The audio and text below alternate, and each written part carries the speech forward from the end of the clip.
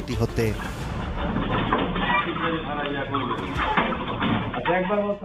পরবর্তীতে রিকশা চালক একাধিকবার ভাড়া নিয়ে অসন্তোষ প্রকাশ করলে প্রথমে নিজের পায়ের জুতা খুলে রিকশা চালককে পেটাতে শুরু করেন প্যাসেঞ্জার। এক পর্যায়ে নিজের উত্তেজনা সামলে রাখতে না পেরে সামনের গাড়ি থেকে লাঠি বের করেও পেটাতে শুরু করেন রিকশা চালককে।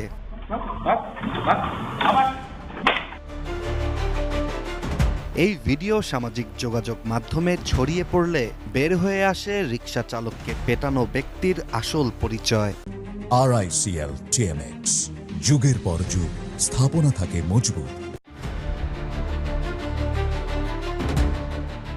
মূলত রিকশা চালককে পেটানো ব্যক্তির নাম হচ্ছে জাহিদ হাসান রাসেল। তিনি পেশায় পবা উপজেলার একজন সমাজসেবা কর্মকর্তা। এই ভিডিও সামাজিক যোগাযোগ মাধ্যমে ছড়িয়ে পড়তে দেখে প্রথমে রাসেল অফিস